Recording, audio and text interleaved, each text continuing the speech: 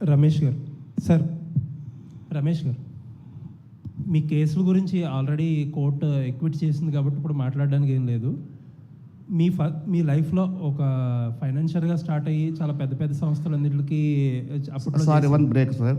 నేను కాదు సార్, మా father basically my father is a film financiers. Okay, from 1975 ఆయన దారిలో నేను వచ్చాను సార్. అవునండి, అవును. సో అంతా బాగా జరుగుతున్నప్పుడు మీ లైఫ్లో ఫస్ట్ పెద్ద కుదుపు ఏంటంటే కొమరంపులి, కలేజా. కుదుపు అంటే ఎలా సార్? అంటే ఆ రెండు సినిమాలు చాలా ఎక్కువ డిలే అవ్వడం, ఎక్కువ కాస్ట్ ఆఫ్ ప్రొడక్షన్ ఎక్కువ అవడం, ఆ తర్వాత ఆ సినిమా రిజల్ట్ కూడా నెగిటివ్గా రావడం, రెండు సినిమాలు కూడా. అసలు ఆ సినిమాలు అంత డిలే అవ్వడానికి కారణం ఏంటి? ఎంత నష్టపోయారు? ఆ రెండు సినిమాల మీద ఎంత నష్టపోయారు? ఆ తర్వాత ఆ హీరోల నుంచి వచ్చిన సపోర్ట్ ఏంటి? అంటే లాస్ అయితే జనరల్గా హీరోల సపోర్ట్ ఉంటుంది కదా, అటువంటిది ఏదైనా సపోర్ట్ దొరికిందా మీకు? సార్, ఏదైనా ఒక సినిమా ప్రొడక్షన్ అనేది ఈ రోజుల్లో అంటే ఒక రాజమౌళి సినిమా, శంకర్ సినిమా 3 ఏళ్ళు 4 ఏళ్ళు అలా పడుతుంటుంది. మొన్న రీసెంట్గా పుష్పట్టు అది 3 ఏళ్ళు చేశారు.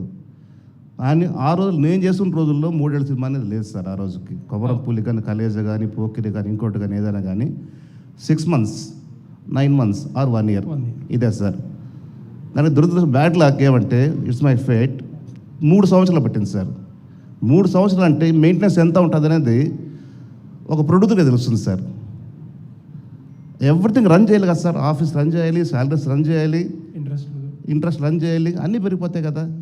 సో ఇంకో క్వశ్చన్ మీరు ఏమన్నారంటే నాకు 2 సినిమాల్లో కూడా 100 కోట్ల నష్టం వచ్చింది సార్. ఇంకో క్వశ్చన్ అడిగారు, నేను మర్చిపోయాను సార్, గుర్తురాదు. ఎటువంటి సపోర్ట్ లేదు, కనీసం అయ్యో పాప అని చెప్పిన పాపానికి కూడా పోలేదు సార్. సార్ ఎందుకు అంత డిలే అయ్యింది? బ్యాడ్ లక్ అన్నారో, అసలు ఏ కారణం? బ్యాడ్ లక్ అంటే సార్, కొమరంపులి తీస్తున్నప్పుడు పవన్ కళ్యాణ్ గారు ప్రజారాజ్యం పార్టీ పెట్టుకున్నారండి ఆయన. ఓకే, సో దానివల్ల ఎంతో కొంత కొద్దిగా డిలే అయ్యింది. అది వన్ ఆఫ్ ది రీజన్ చెప్పొచ్చు. So many reasons. అలాగే కలేజ్లో కూడా సో మెనీ రీజన్స్ అండి. రమేష్ బాబు గారు సార్, ఇక్కడ సార్ ఎక్కడండి? సార్, అంటే మీరు ఇందాక మీ ఏవిలో చూస్తే అంటే కటకటాల వెనక్కి వెళ్ళారు, కడిగిన ముత్యంలా బయటకు వచ్చారు. యాక్చువల్గా మీరు ఇంతకు ముందు చేసిన సినిమాలన్నీ కూడా పెద్ద పెద్ద సినిమాలు, రెండు అంటే ఫైనాన్షియల్గా చేసిన చిన్న సినిమాలు చేశాను, పెద్ద సినిమాలు చేశాను. సినిమాలు అంటే మాకు గుర్తుండే ఈ రెండో ఎక్కువ గుర్తున్నాయి కాబట్టి ఇప్పుడు మళ్ళీ బేబీ స్టెప్స్ మళ్ళీ స్టార్ట్ చేసినట్టే కదా ఫస్ట్ నుంచి. అవునండి. సో మరి డైరెక్ట్గా మళ్ళీ పెద్ద సినిమాలకి వెళ్తారా, లేదంటే కంటెంట్ ఓరియంటెడ్ సినిమాలు రాబోతున్నారా? ఎలాంటి సినిమాలు ప్రొడ్యూస్ చేయాలనేది మీ నెక్స్ట్ గోల్? నాకు బేసిక్గా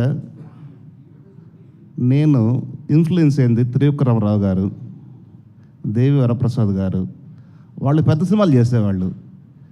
నాకు సినిమా అంటే ప్యాషన్, చిన్నప్పటి నుంచి పిచ్చ ప్రేమ. ఫైనాన్షియల్గా వచ్చానండి నేను. అండర్ కరెంట్లో సినిమా ప్యాషన్ అని దానివల్లనే టర్న్ అయ్యాను ఈ ప్రొడ్యూసర్ చూడడం వల్ల. దేర్ ఆల్ నాకు ఫ్రెండ్స్, నాకు ఫాదర్స్ లాగా అందరూ కూడా.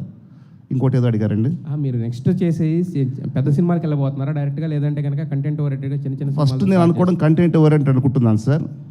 అది ఉంది బేసిక్గా, పెద్ద సినిమాలు బేసిక్గా ఉన్నాయి సార్. రెండు ఉంది, ఆశ ఏది చావలే. అయితే 14 సంవత్సరాలు ఇంత గ్యాప్ వచ్చినా కూడా నేను వేరే ప్రపంచంలో ఉన్నా, చట్ట ప్రపంచంలో ఉన్నా. అయినా కూడా ప్రతిరోజు నిత్యం సినిమా గురించి ఆలోచించేవాడిని, ప్రతిరోజు నిత్యం సురేష్ గుర్తొచ్చేవాడు. అయితే 14 సంవత్సరాలు తర్వాత ఇప్పుడు